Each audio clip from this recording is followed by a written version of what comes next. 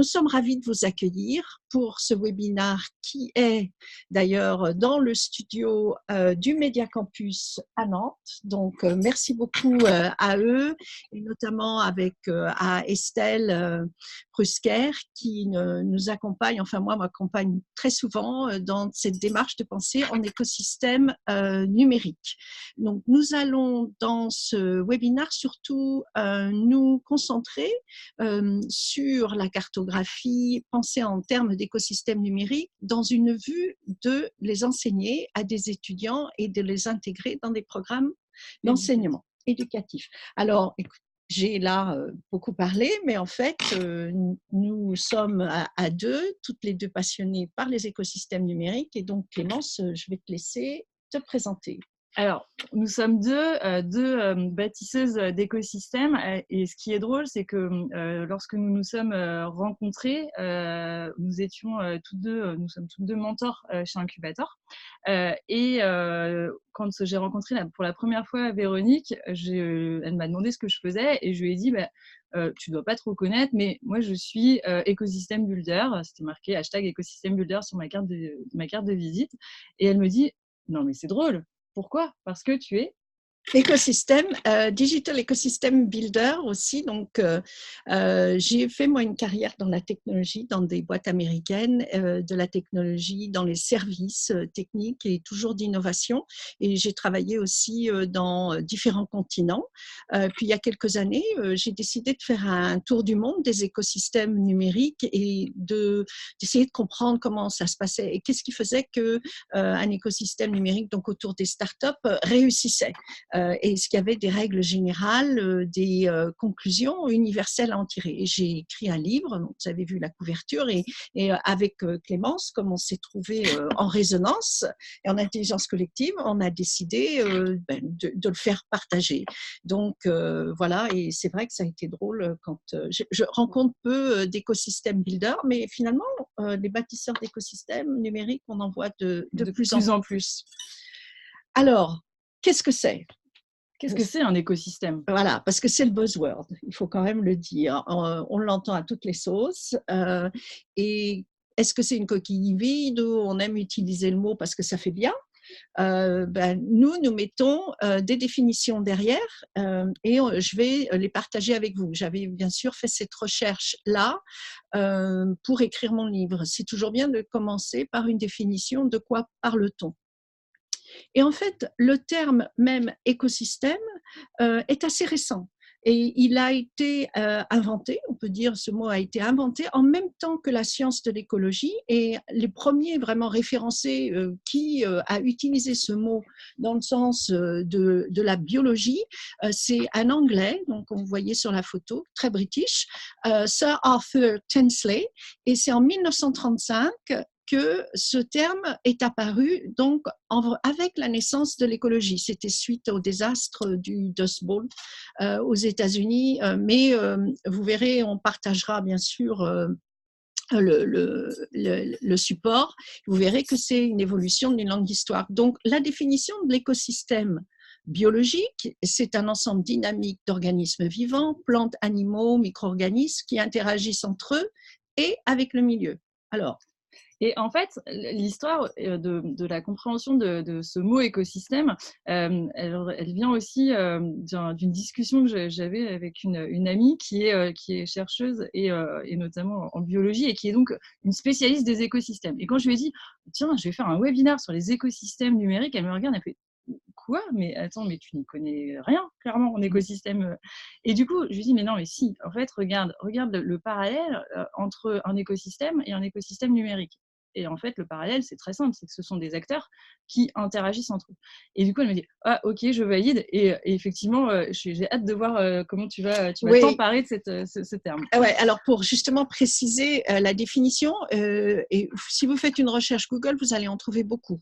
Nous sommes mis d'accord sur une définition qu'on a essayé d'être simple et justement pour toujours rappeler cette notion d'organismes vivants qui interagissent. Donc la définition que nous vous proposons, c'est un écosystème numérique qui est un ensemble dynamique englobant des composants physiques, virtuels et humains, ne jamais oublier, qui grâce aux innovations technologiques, parce qu'en fait, numérique, ça vient de la technologie, interagissent constamment pour créer de la valeur.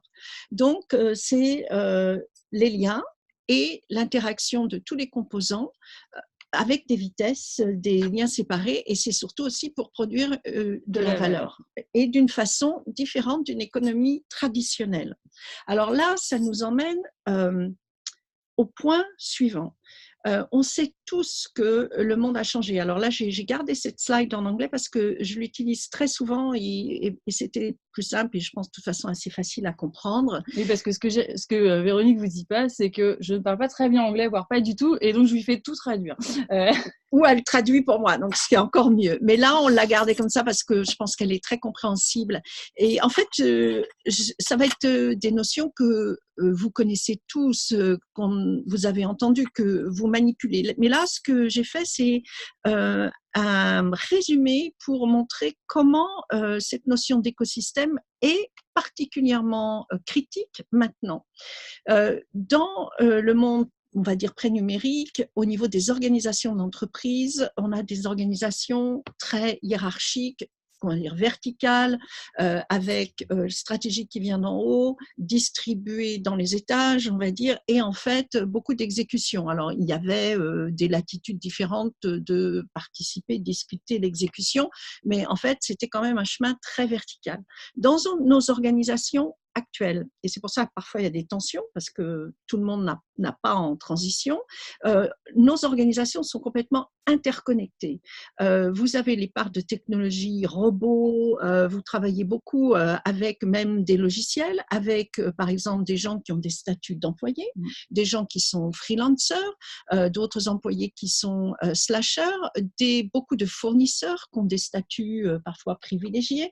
Donc, toutes ces interactions et ces organisations d'entreprise sont complètement différentes et leur particularité est que c'est plus comme ça descendant et structuré, c'est l'interconnexion qui va faire le design de l'organisation. Une autre chose qui a énormément changé, c'est au niveau de la transaction, et là j'entends la transaction commerciale, donc l'échange de valeurs. On avait systématiquement un échange à je vends, j'achète, très, très transactionnel, avec une valeur qui était très... le micro, par contre. Il y a des micros visiblement. Voilà, c'est très bien. Donc, avec un système de valeurs, je vends, j'achète, une interconnexion et un échange unique. Dans nos systèmes, et là, on voit énormément le phénomène de plateforme qui est complètement lié à l'écosystème numérique, où on a des échanges de valeurs multiples avec, une fois je suis acheteur, une fois je suis vendeur, où je fournis de la valeur, je contribue du contenu. Donc, il n'y a plus ce lien privilégié 1 à 1. En plus, il y a des tas de modèles économiques qui apparaissent, collaboratifs, de location, d'abonnement, etc. Une autre chose qui change, et aussi on le voit dans la plateforme, dans l'écosystème numérique, auparavant vous étiez une personne, un rôle, c'est-à-dire je suis directeur commercial, je suis consultante stratégie, et l'individu et le rôle faisaient souvent un. Et c'était une même personne. Maintenant, dans nos écosystèmes numériques, vous êtes complètement multiples. Vous avez plusieurs casquettes et votre personne n'est pas définie par un rôle social ou professionnel. Et vous avez une influence qui est différente aussi. Exactement. Tout à fait. Donc ça, c'est vraiment important. Et puis, vous passez, pour terminer, de systèmes qui étaient quand même contenus et donc contrôlés. Et maintenant, et ça revient toujours à cette notion d'écosystème, nous sommes dans des mondes organiques qui aussi vont grandir et changer au-delà d'un contrôle, même d'un contrôle d'entreprise. Et donc ça, c'est vraiment des notions qui font… nouvelles. Voilà, complètement. Donc, je pense que toi, Clémence, tu as pu vivre directement dans ton expérience cette mutation. Bon, toi, tu es plus jeune, tu es mis un pied dedans directement, que moi, j'ai vu les changements. Donc, tu peux nous en parler un peu plus? Alors, Oui, effectivement, l'expérience de comprendre l'écosystème, la meilleure expérience que je peux vous partager, c'est celle de mon entreprise pour le coup, parce que grâce à l'intégration d'un écosystème et même de plusieurs écosystèmes, puisqu'il n'y a pas que l'écosystème numérique pour le coup, mais en tout cas en ayant compris le lien entre et les interactions entre chaque acteur, j'ai pu du coup intégrer et m'imbriquer dans un écosystème qui a conduit à une création d'entreprise, puisque c'est le réseau qui m'a fait aujourd'hui créer l'entreprise et qui m'a donné envie d'enseigner, de partager et d'accompagner toujours les individus dans de la création de valeur. Donc, j'ai envie de dire, l'écosystème, il est extrêmement puissant à partir du moment où on a compris l'influence et les ficelles que l'on va pouvoir tirer et surtout les actions qui vont derrière en découler. Et le fait de bien comprendre son écosystème, il y a quelque chose de très important, c'est que ça vous permet de minimiser en fait vos actions pour maximiser les impacts. Mmh. Et Ouais. ça, on le voit encore hier, on en discutait sur un cas client. Ouais. Et il y a eu un moment particulier, c'est venu petit à petit cette compréhension où ça a été au fur et à mesure de tes rôles dans différentes sociétés. C'était pas venu d'un coup comme ça. Non, en fait, c'est venu d'un problème rencontré. J'ai toujours eu une carrière de commerciale, sauf que j'ai travaillé dans des grands groupes et en phoning, en prospection téléphonique, ça marche super bien. Ouais. Voilà, je venais de tel groupe et là, on m'ouvrait les portes assez facilement. Ensuite, j'ai rejoint une entreprise qui avait un nom très très sympa, mais pour le coup, qui passait pas très bien au téléphone, et j'ai compris que je perdais plus mon temps qu'autre chose de faire de la prospection téléphonique. Et du coup, je me suis dit, il faut aller sur le terrain et il faut surtout comprendre et rencontrer, comprendre comment je peux m'imbriquer et apporter de la valeur. Et à partir du moment où j'ai compris comment apporter de la valeur, eh bien, effectivement, j'ai mis de l'huile dans les rouages et aujourd'hui, l'écosystème est clairement extrêmement puissant dans l'activité. Et tu en as fait un outil commercial. Hein, donc, Et tu oui, vas en parler après parce que je pense que ça intéresse beaucoup de gens, même si mais même pour l'éducation, on va reprendre ça.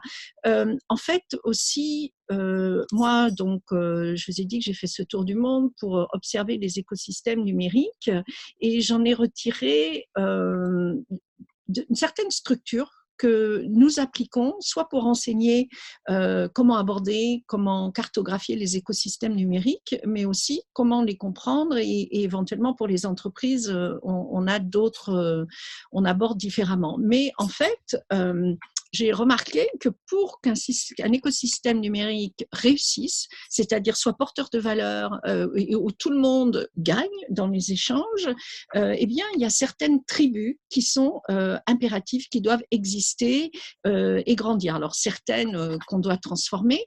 Et donc, on va vous très brièvement, alors c'est décrit dans mon livre, mais on va très brièvement vous décrire les tribus et après ce qu'on en fait d'ailleurs d'une façon très ludique quand on fait des ateliers, surtout Clémence, des ateliers où on apporte cette connaissance aux étudiants. Donc, les tribus, alors, il y a une tribu qu'on appelle les visionaries, donc les visionnaires, qui sont très importants parce que ce vont être souvent des individus. Hein. Là, c'est vraiment une personne ou un petit groupe de personnes, dont les think tanks, par exemple, qui vont vous décrire le monde à 10, 15, 20 ans. Parce qu'ils ont certaines connaissances, une certaine expérience et un état d'esprit qui va faire que vont dire eh bien dans 10 ans ça sera plus des smartphones, voilà, et ils vont vous embarquer dans une vision du monde peu importe qu'elle soit vraie ou pas après, mais il va faire que d'autres tribus vont prendre ça et eux vont définir des produits, commencer à travailler aujourd'hui vers cette vision. Donc vraiment une tribu importante. Deuxième tribu qui est un peu mixte, qui est la tribu des influenceurs et des activistes ou des militants en français, on va dire. Alors, les influenceurs, moi, je fais une différence. C'est-à-dire que les influenceurs vont être tous ces gens qu'on connaît, qui vont vous dire achetez ci, achetez ça. Moi, j'ai eu cette expérience, donc, tout tout à fait dans l'émotionnel, partager l'expérience et qui donc vont influencer. Donc, c'est tous ces gens qu'on connaît, qui ont des milliers de followers sur Twitter, sur YouTube et qui vont amener les gens vers un produit, vers une façon de consommer quelque chose. L'activiste est différent en ce sens que va faire un peu la même chose, enfin, par les mêmes moyens, mais va surtout promouvoir une idée, une idéologie, une morale, une philosophie. Et donc, c'est un acte de conviction, mais un acte idéologique gratuit. Et ils sont très, très importants, notamment pour des industries, par exemple, maintenant avec l'écologie, ben, on va dire que la fameuse Greta est une activiste et on ne peut plus, qu'on soit d'accord ou pas, c'est des gens qui ont un poids maintenant énorme, peut-être plus que des intellectuels comme on les concevait au 19e siècle. Et qui n'en retirent pas, en tout cas, un bénéfice financier. Enfin, un influenceur, c'est ce que j'aimais bien aussi dans ta définition d'influenceur, c'est qu'un influenceur peut potentiellement se faire influencer d'ailleurs par derrière son retour sur investissement, entre guillemets. Et c'est vrai que quand j'en parlais avec les étudiants, les activistes, ils me disaient « Ah, mais c'est des militants, c'est ceux… » Mais oui, les militants, mais dans le sens convaincus et d'une idée, convaincus d'une solution et envie de la partager, quelles que soient derrière les retombées, en fait. Ouais. Vraiment, c'est de se dire, je veux le partager et je vais faire en sorte de transmettre. Oui, Mais exactement. sans se dire, bah, je vais y gagner quelque chose derrière. Ouais. On a les core builders. Les core builders sont les producteurs de valeur. Donc, facilement, on va les identifier par potentiellement plutôt les entreprises, les startups, voilà, tous ceux qui vont permettre en fait de créer de la valeur pour que cet écosystème il ait aussi un sens et une raison d'être. Donc, ils sont quand même un acteur, une tribu très importante. Après, toutes les tribus sont importantes, mais vraiment, ce qu'il faut comprendre, c'est que le core builder, il va apporter la valeur en termes de plutôt produits, voilà, services. Les monnaies feeders, bon, vous avez compris, ce sont les apporteurs de capitaux. Donc, on est plutôt sur des personnes morales, mais aussi physiques, parce qu'il ne faut pas oublier les business angels. Ils sont extrêmement importants et on ne pense pas toujours à eux en premier lieu, je dirais, quand on va aller les chercher au moment où on en a besoin. Mais le fait de bien comprendre son écosystème, ça permet aussi d'aller tout de suite rencontrer cette tribu qui est plutôt utilisée en mode entre guillemets pompier sur le fait de j'ai besoin de lever des fonds ou j'ai besoin d'argent, donc je vais aller voir ma banque ou je vais aller voir des investisseurs. Et là, non, en fait, de comprendre qu'on peut aussi voir les interactions entre les autres acteurs, c'est vraiment important. Oui, et j'avais fait cette remarque, on parle beaucoup de l'écosystème numérique de la Silicon Valley et moi je maintiens et je l'ai constaté qu'en fait, c'est ce qui fait la force de, par exemple, la Silicon Valley et d'autres écosystèmes aux États-Unis, c'est bien sûr la disponibilité de capitaux, mais c'est surtout sa rapidité de circulation. C'est-à-dire que vous avez là, dans ces écosystèmes, des personnes physiques aussi, business angels, mais des VC, qui très rapidement décident de mettre de l'argent et d'investir de l'argent. Et par exemple, en Europe, où il y a quand même beaucoup de capitaux malgré tout disponibles, la rapidité d'investissement est très, très différente. Donc, ce qui fait que d'un côté, ça rend un écosystème très, très fluide, mais aussi plus risqué. Donc, c'est vraiment important, c'est les interconnexions entre les tribus. Donc aussi, alors la connaissance, et là notre webinaire s'adresse tout à fait aux gens de la connaissance.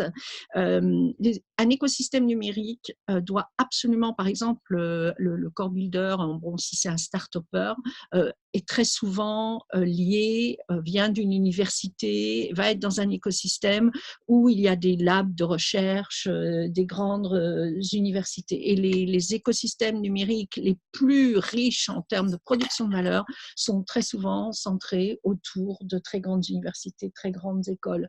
Moi, je sais que j'ai la chance, par exemple, en France, de faire partie du jury de l'école Supélec. La qualité des projets est impressionnante. Ça ne veut pas dire qu'il faut absolument une école très renommée, mais il faut certainement un pôle de connaissances et de labs de recherche. Et puis nous avons tous ceux qui mettent en forme les incubateurs, les accélérateurs, alors qui sont vraiment des gens très importants dans l'écosystème. Parce que si vous imaginez effectivement une carte avec toutes ces tribus qui interagissent, eh bien, cette tribu-là va faire en sorte que les échanges se produisent rapidement et à bon escient. Donc, c'est vraiment des gens qui mettent en forme. Il y aura une traduction française bientôt, hein, donc vous inquiétez pas, les tribus auront des noms français aussi. Et d'ailleurs, je vais vous faire la traduction du suivant, c'est les désengagés en fait. Les désengagés, et il y a 2 types de désengagés, les désengagés volontaires et les désengagés involontaires. Les volontaires, ce sont vraiment des personnes qui vont s'extraire ou en tout cas ne souhaitent pas faire partie de cet écosystème.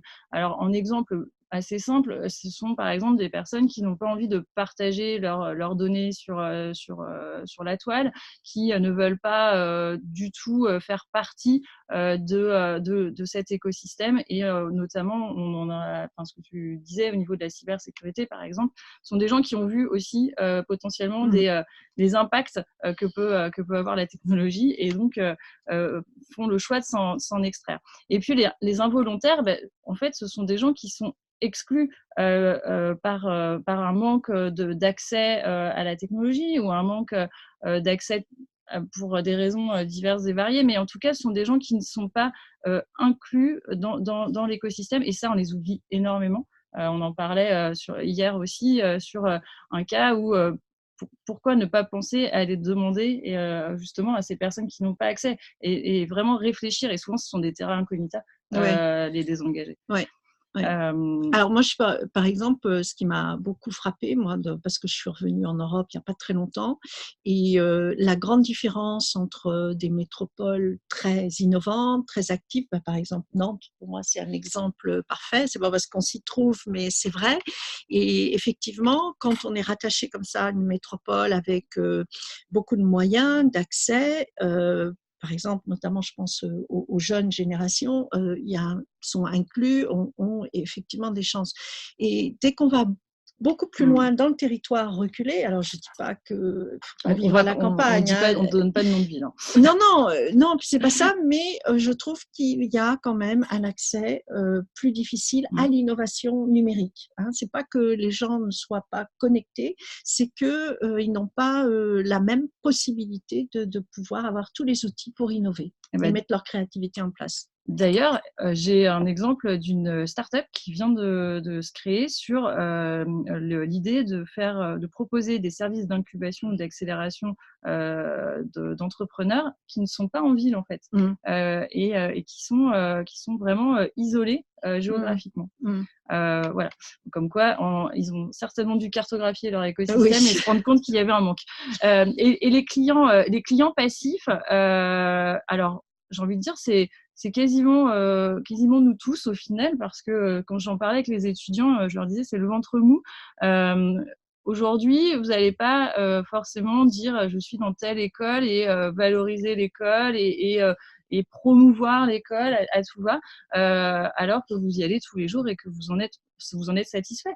Mais vous n'avez pas en tout cas, cette tribu n'a pas cette légitimité, ne ressent pas cette légitimité à communiquer, et peut-être elle n'a pas forcément conscience de l'influence, tout simplement. Et ce que je leur disais, c'est que par contre, un client passif peut très vite devenir un activiste s'il comprend justement son influence. Ouais. Exactement. Ouais. Et ça, c'est vraiment important. Et malgré tout, il y a un changement qui s'opère dans la façon de consommer. Par exemple, moi, ce qui me frappe beaucoup, je ne sais pas si vous connaissez, mais l'application Yuka, qui permet donc d'acheter qualité. Et ça, on voit qu'il y a des modes de consommation, surtout en Europe, qui est plus préoccupé par tout cet aspect écologie, économie circulaire. Et on voit que de plus en plus, les consommateurs veulent être des consommateurs actifs. Et moi, je trouve que ça, c'est un très, très bon signe. Et je pense que cette passivité qu'on a, on prend ça et claque, tout le monde nous dit Black Friday, je ne suis pas forcément contre, mais disons, de plus en plus, l'individu, les communautés d'individus veulent réfléchir, voilà, et veulent choisir en fonction de leurs valeurs. Et ça, on voit cette tribu-là dont on a besoin, parce qu'il y a quand même des échanges commerciaux, on vend, mais elle est en train de se transformer. Je ne sais pas ce que tu en penses. Mais... Complètement. Alors, ce qui nous amène je pense que à ce point du webinaire, nous avons, j'espère, réussi à vous convaincre, ou du moins à vous y faire réfléchir, que si vous avez des programmes d'enseignement à préparer, de penser à cette dimension, d'enseigner cette dimension d'écosystème numérique. Et là, je vais vraiment laisser la parole à Clémence pour ce retour d'expérience, parce qu'elle en a animé maintenant pas mal, et donc elle va pouvoir nous donner des cas concrets avec des beaux dessins. Qui ne sont pas de moi. Comment ça marche? Alors, en fait, j'accompagne plusieurs catégories d'étudiants. Donc, notamment, j'ai des étudiants sur la recherche de stage. Et je me suis beaucoup amusée quand je leur ai demandé leur cible. À chaque fois, ce sont des entreprises assez classiques. Et surtout, ils ont tous les mêmes cibles. Et du coup, ils se retrouvent, j'en ai 20 dans la classe avec le même CV, le même parcours, et en fait, à adresser les mêmes cibles. Et donc, je leur ai dit, on va travailler sur comprendre justement l'écosystème et comprendre comment vous pouvez atteindre soit d'autres cibles, donc découvrir aussi d'autres cibles. Et on a cartographié par tribu, effectivement, l'écosystème. Et alors, ce qui est drôle, c'est que ils sont allés au Salon des entrepreneurs la semaine dernière, et j'en ai un qui a discuté avec un établissement financier, et il me dit, tu vois, Clémence, je suis allée voir les apporteurs de capitaux, et je me suis aperçue en fait que ça me permet d'atteindre une autre cible, et au final, c'est hyper intéressant. Et en fait, ça, c'était le meilleur retour que je pouvais avoir, c'est d'avoir réussi à leur transmettre que pour atteindre une cible, on ne va pas forcément directement dessus, et surtout, on s'intéresse autour, aux interactions des acteurs, et pour le coup, ça ouvre aussi le champ des possibles et ça ouvre de nouvelles vocations.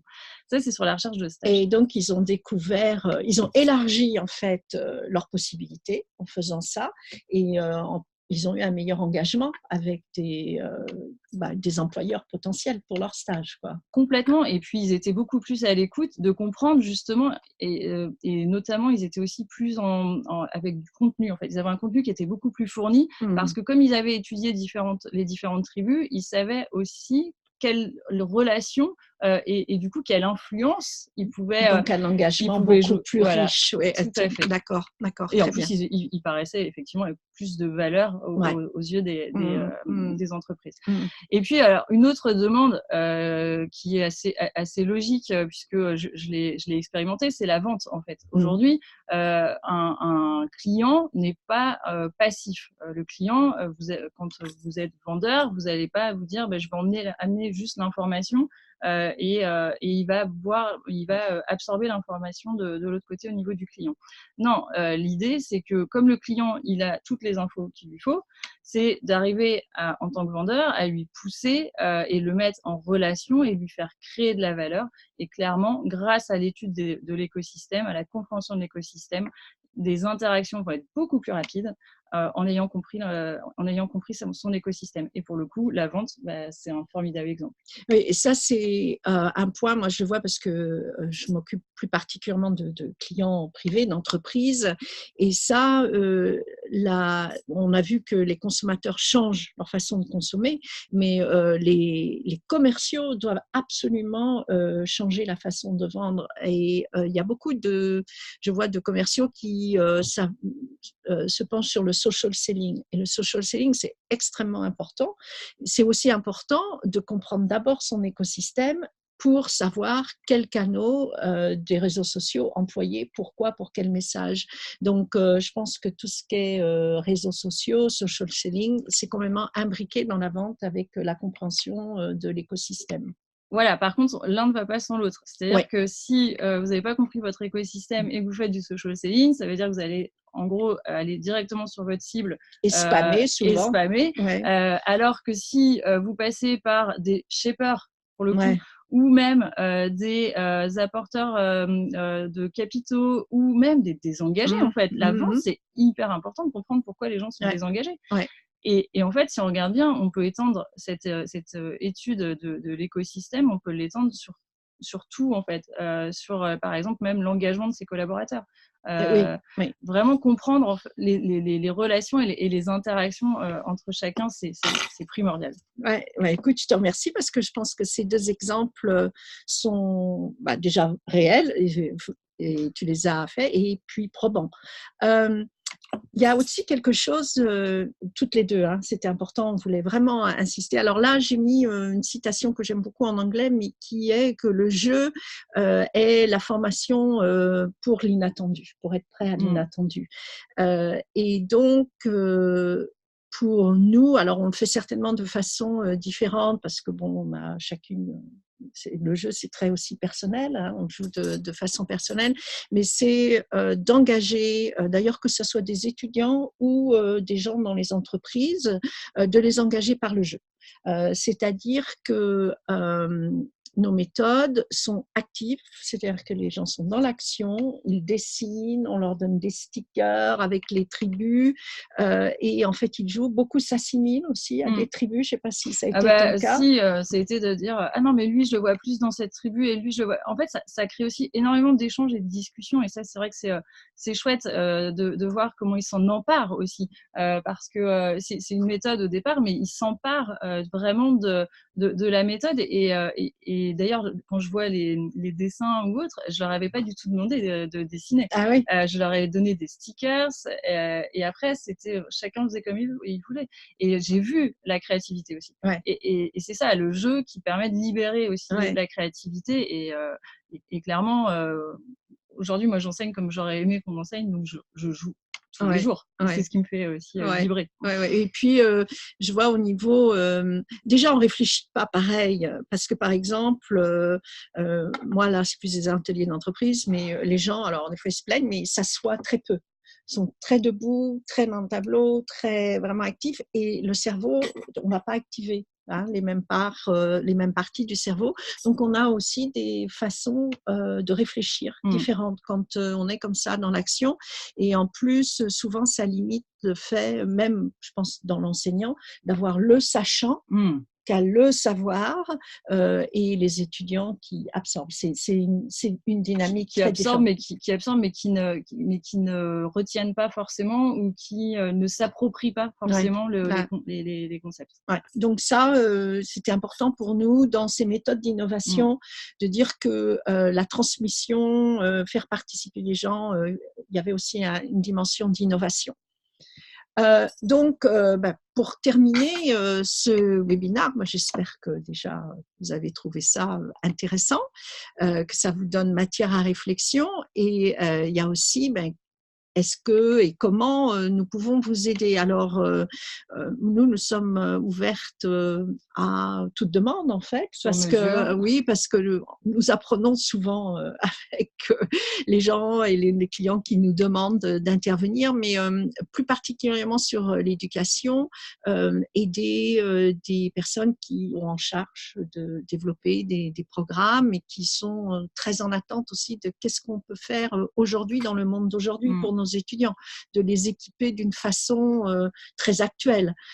Puis alors on aime beaucoup, alors et ça on le fait, moi je le fais beaucoup pour les entreprises, c'est aussi le pilote, hein, de faire des ateliers pilotes. Bah, on essaye une fois, on voit ce que ça donne, qu'est-ce qu'il faut changer, Test and learn. voilà.